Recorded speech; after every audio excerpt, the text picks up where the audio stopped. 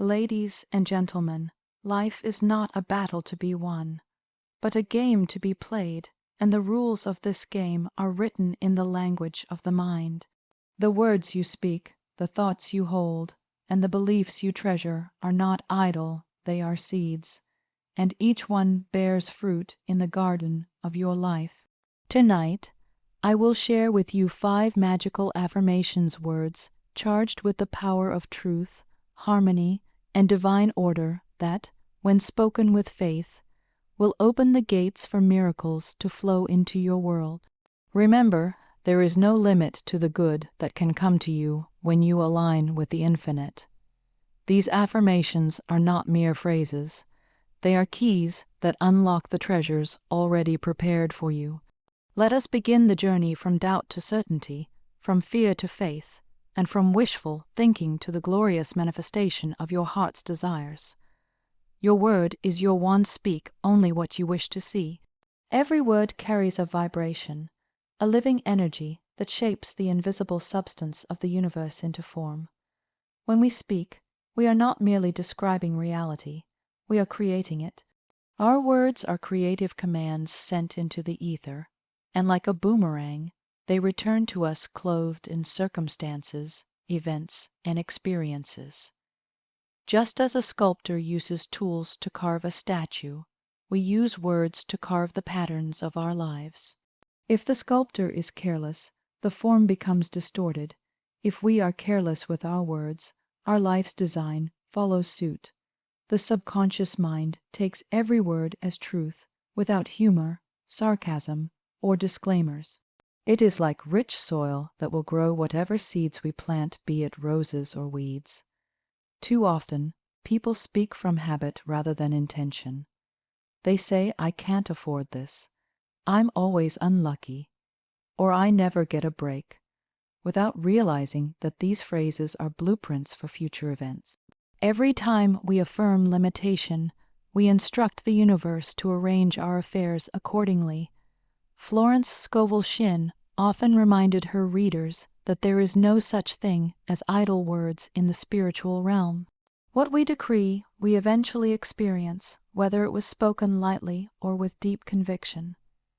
Therefore, to change our life, we must first change our speech. When we speak only what we wish to see, we direct the creative force toward harmony, abundance, and joy. This is not wishful thinking, it is spiritual law in action. By replacing phrases of lack with words of increase, we align ourselves with the flow of good. Instead of saying, "I can't," we declare, "The way is prepared and I am guided to success." Instead of declaring, "This always happens to me," we affirm, "Everything in my life works together for my highest good." Such statements may at first feel like they contradict visible reality, but in truth, they are planting the seeds for a new reality to appear. Our spoken words are like invisible messengers, carrying our orders to the unseen forces that shape matter. If those orders are confused, a mixture of fear and faith, the results will be equally confused. But if our speech is unwavering, rooted in what we truly desire, the results become clear and consistent. Speaking only what we wish to see is an act of discipline, a conscious choice to guard the doorway of our mouth. It means catching ourselves before uttering words of doubt or complaint, and instead directing our energy toward constructive affirmation. Even in moments of challenge, our language determines whether we sink into defeat or rise toward victory. If we speak as though the good we desire is already ours, we activate a law that brings that good into manifestation. The mind accepts the dominant picture we give it, and words paint that picture in vivid color. To wield the wand of the word wisely is to live as a deliberate creator, knowing that every syllable spoken with intention moves the universe into. Faith erases fear and opens the way for miracles. Fear is the great paralyzer, the shadow that clouds the clear vision of the soul. It whispers of danger, lack, and failure, keeping the mind trapped in limitation. Faith, on the other hand, is the sunlight that dissolves those shadows, illuminating a path that may not yet be visible to the physical eye. When faith is present, fear loses its grip, for they cannot occupy the same space. One is the language of the infinite, the other the language of the finite. Faith speaks in the tone of certainty. It knows that what is for you cannot be taken from you, and what is not for you will be replaced by something better. Faith is not mere hope, nor is it blind optimism. It is the deep, unshakable knowing that the universe is ordered, intelligent, and benevolent. It trusts that even when the outer circumstances appear chaotic, an unseen hand is guiding events toward good. Florence Scovel Shinn often described faith as a mental habit, cultivated through persistent choice. Just as a muscle grows stronger with use, faith expands each time we choose it over fear. Each decision to believe in divine supply, perfect timing, and infinite possibility adds to the storehouse of inner strength. Fear often comes clothed as logic, telling us to prepare for the worst, to doubt our worthiness, or to delay action until conditions seem perfect. Yet these are only disguises meant to keep us bound to the known, when the miracle lies in the unknown. Faith dares to step forward even when the next stone in the path is hidden by the mist. It speaks the word, takes the action, and trusts that the provision, the opportunity, or the answer will appear precisely when needed. This willingness to act without the complete picture is what invites miraculous outcomes. When fear dominates, we constrict our own channels of good. We hesitate to claim what we desire, and we shrink from the opportunities that would lead us there. Fear creates a self-fulfilling prophecy by expecting the worst. We prepare for it, and so we receive it. Faith, in contrast, creates an entirely different chain of events. By expecting the best, we prepare for the best, and our readiness becomes a magnet for its arrival. Faith also alters the vibration we send into the world. Fear radiates tension, resistance, and doubt, which repel the very blessings we seek. Faith radiates calm expectancy, which draws them nearer. This is why those who live in faith often seem to experience good luck or perfect timing. They are simply aligned with the rhythm of abundance. Their minds are not cluttered with the noise of fear, so they can hear the subtle guidance of intuition and act on it quickly. The act of erasing fear through faith is not a one-time victory, but a daily choice. Each moment presents the invitation to believe in either the power of the obstacle or the power of the unseen supply. The more we choose faith, the more natural it becomes, until fear is no longer the loudest voice in the room. Faith stands in its place, steady and sure, opening the way for miracles that seem to arrive from nowhere, yet have been. Divine timing is never late. Trust the process. In the unseen order of life, there is a perfect rhythm, a precise unfolding that aligns every event, every opportunity, and every connection at exactly the right moment. Human impatience often mistakes this order for delay, but in truth, there is no delay in the spiritual realm, only preparation. Just as a seed does not sprout the instant it is planted, the seeds of intention and affirmation require their appointed season to bear fruit. When we try to force events before their time, we disturb the delicate arrangement that would have brought the most harmonious outcome. Trusting divine timing means recognizing that the universe works in patterns too intricate for the human mind to fully grasp. What may seem like a closed door is often a protective barrier, keeping us from something that would hinder our highest good. What appears to be a pause is often the moment in which the pieces are falling quietly into place.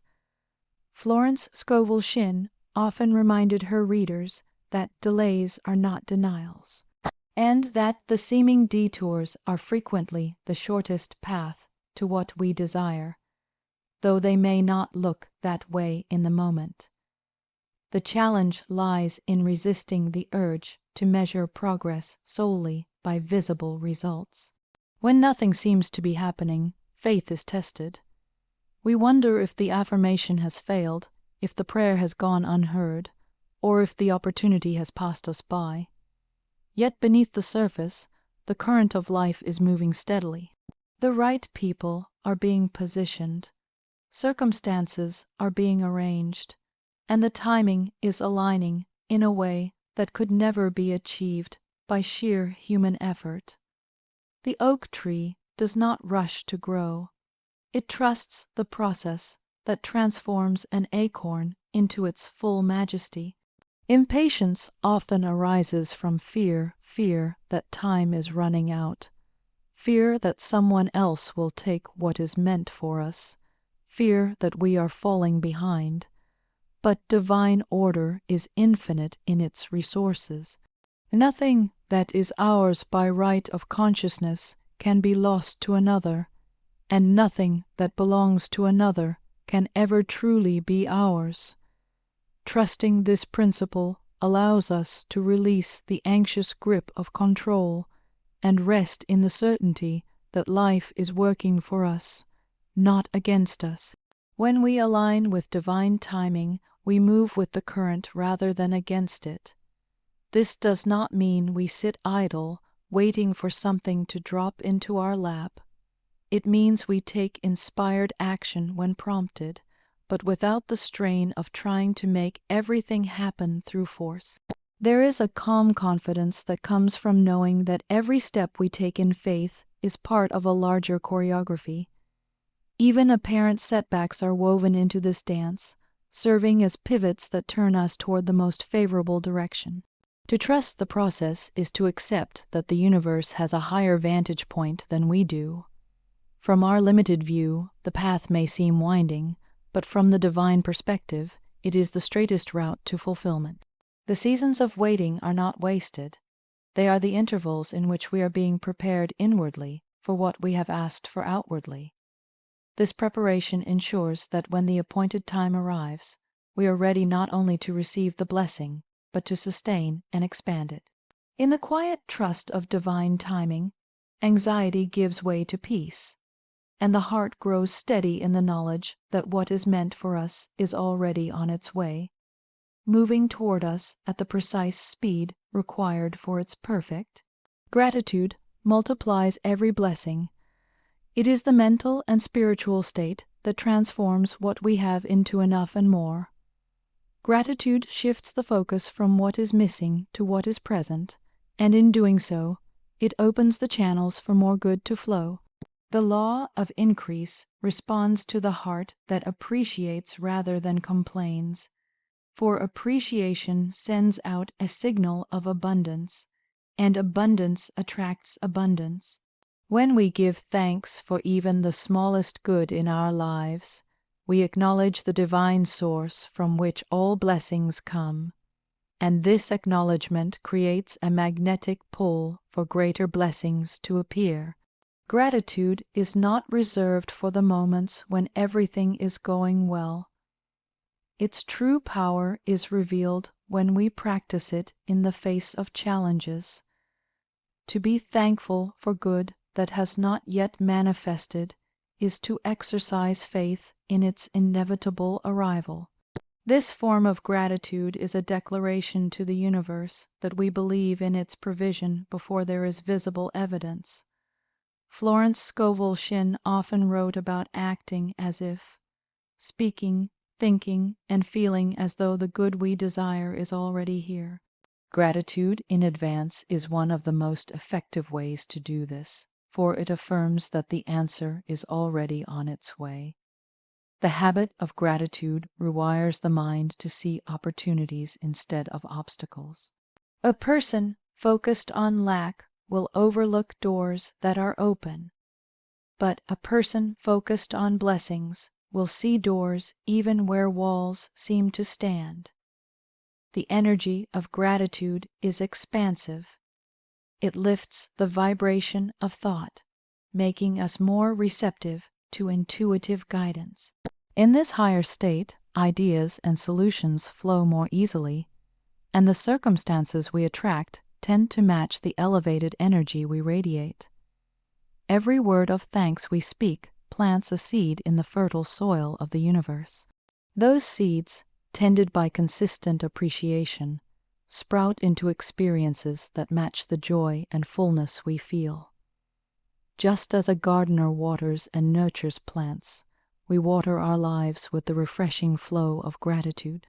Over time, the garden of our experience overflows with beauty because we have learned to recognize beauty at every stage, from the first tender shoots to the full bloom. Gratitude also has the remarkable ability to dissolve envy and comparison. When we are genuinely thankful for what we have, we cease to measure ourselves against others. We realize that the blessings they receive do not diminish our own supply, for the source is infinite. This release of competition and resentment creates a clear space for our own good to come forth unhindered. In relationships, gratitude acts as a healing balm. Recognizing and appreciating the good in others strengthens bonds, invites more kindness, and shifts the energy of interactions toward harmony. The same principle applies to our relationship with life itself. The more we express gratitude for its gifts, the more life seems eager to offer them. Even in moments of loss or disappointment, there is always something to be grateful for, a lesson learned, a door closed to make room for a better one, or the inner strength gained through the experience.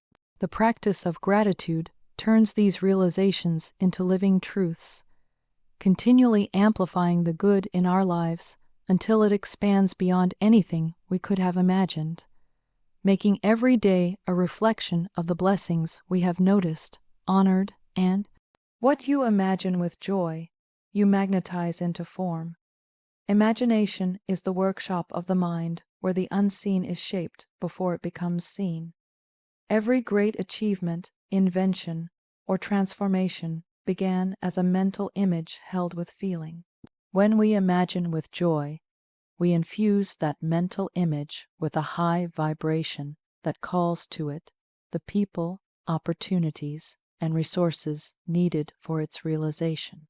The mind is not a passive recorder of life's events. It is an active projector, casting the inner picture onto the screen of our experience. What we hold steadily before our mental vision, especially when charged with emotion, begins to organize the outer world to match it. The power of joyful imagination lies in the fact that feeling is the activating force of thought. A vision imagined with indifference remains only a daydream, but a vision imagined with delight becomes a living seed. Florence Scovel Shinn often spoke of the power of the perfect picture, the clear mental image of the desired good already accomplished. This perfect picture must be accompanied by a sense of gladness, as though it were already ours, for it is that emotional state that signals to the subconscious mind that the vision is real and present. The subconscious, in turn, goes to work to bring the picture into physical form. When we imagine with joy, we bypass the resistance of doubt. Doubt is the shadow that dims the brightness of vision, but joy is the light that dissolves that shadow. In moments of genuine joy, the mind is open and expansive, receptive to the flow of creative ideas. This openness allows intuition to guide us toward inspired actions that align with the imagined outcome. The process is not forced. Rather, it feels like being carried forward by a current, with each step unfolding naturally. Visualization practiced without joy can feel like work, but when joy is present, the practice becomes effortless. Joy itself is magnetic. It radiates an energy that attracts circumstances of the same frequency. People often notice that when they are in a state of happiness, things seem to fall into place. More easily, meetings happen by chance, solutions appear unexpectedly, and opportunities arise without struggle. This is the magnetizing effect in motion, the law that brings like to like. To imagine with joy also requires discipline. It means choosing to focus on the image of what we desire, even when outer appearances seem to contradict it. The mind will be tempted to rehearse images of worry or failure, but these must be replaced immediately with the joyful vision of success, health, harmony, or abundance. Over time, this deliberate redirection trains the mind to default to images of the desired good rather than the feared outcome. This form of joyful imagination is not escapism, it is creationism. It does not ignore reality, but rather shapes reality by setting a new blueprint. Just as an architect's drawing precedes the building, the joyful mental image precedes the manifestation. The more vivid and emotionally charged the image, the faster it takes shape in the outer world. When the mind and heart agree on a vision, and that vision is saturated with genuine gladness, it becomes an irresistible force. The universe responds to that force by arranging the perfect conditions, aligning events in ways that seem coincidental, but are in fact the precise responses to the joyful picture we have consistently. Release the old to make space for the new. Life is a continual cycle of renewal, yet many hold on tightly to the past, unaware that clinging to what has been prevents the arrival of what could be. Just as a room cannot be filled with fresh flowers if it is already crowded with withered ones, our minds, hearts, and lives cannot receive new blessings if they are occupied with outdated beliefs, war, not situations, or relationships that have completed their purpose. The act of release is not loss. It is an act of trust, a declaration that we believe something better is on its way. Holding on to the old is often rooted in fear of the unknown, fear of scarcity, or fear that nothing better will come. Yet spiritual law assures us that nature abhors a vacuum. When we let go, we create a space that must be filled, and if our consciousness is aligned with good, that space will be filled with something greater than what we surrendered. Florence Scovel Shinn often spoke of casting the burden, handing over the weight of past hurts, failures, and disappointments to the divine, and walking forward unencumbered. In doing so, we make room for ideas, opportunities, and experiences that match our present vibration rather than our past limitations. Release is an active choice. It means clearing not only the physical clutter that surrounds us, but also the mental and emotional clutter that lingers in the recesses of our thoughts. Old resentments, unhealed grievances, and recurring worries are forms of inner clutter that drain our energy. By forgiving others and ourselves, by blessing the past and letting it go, we reclaim that energy and free it for creative use. This act of emotional decluttering allows the mind to focus on what is desired instead of what is no longer relevant. When we resist release, we may find ourselves stuck in repetitive patterns, attracting the same situations again and again. This is because we are broadcasting the same frequency, rooted in past experiences. By letting go, we signal to the universe that we are ready for an upgrade. This shift in energy alters the kind of people and events we draw into our lives. the new cannot enter through a door that is blocked, but the moment that door is opened, fresh currents rush in. Sometimes release happens gently, like a leaf falling from a tree in autumn. Other times it feels abrupt, like a branch breaking in a storm. In both cases, the outcome is the same, a clearing that allows for new growth. Trusting the process means understanding that anything leaving our lives is making way for something more aligned with our highest good. The absence we feel is only temporary. The space we have created is an invitation to abundance. Release is also an affirmation of worthiness. By letting go of what no longer serves us, whether it is a job, a habit, or a limiting belief, we declare that we deserve better. We align ourselves with the flow of life, which is always moving forward, never backward. Just as the tide does not cling to the shore, we too must allow life to ebb and flow, knowing that each departure is paired with a new arrival. The more freely we release, the more freely blessings can enter, carrying with them the freshness, opportunity, and transformation that can only come when the old has been lovingly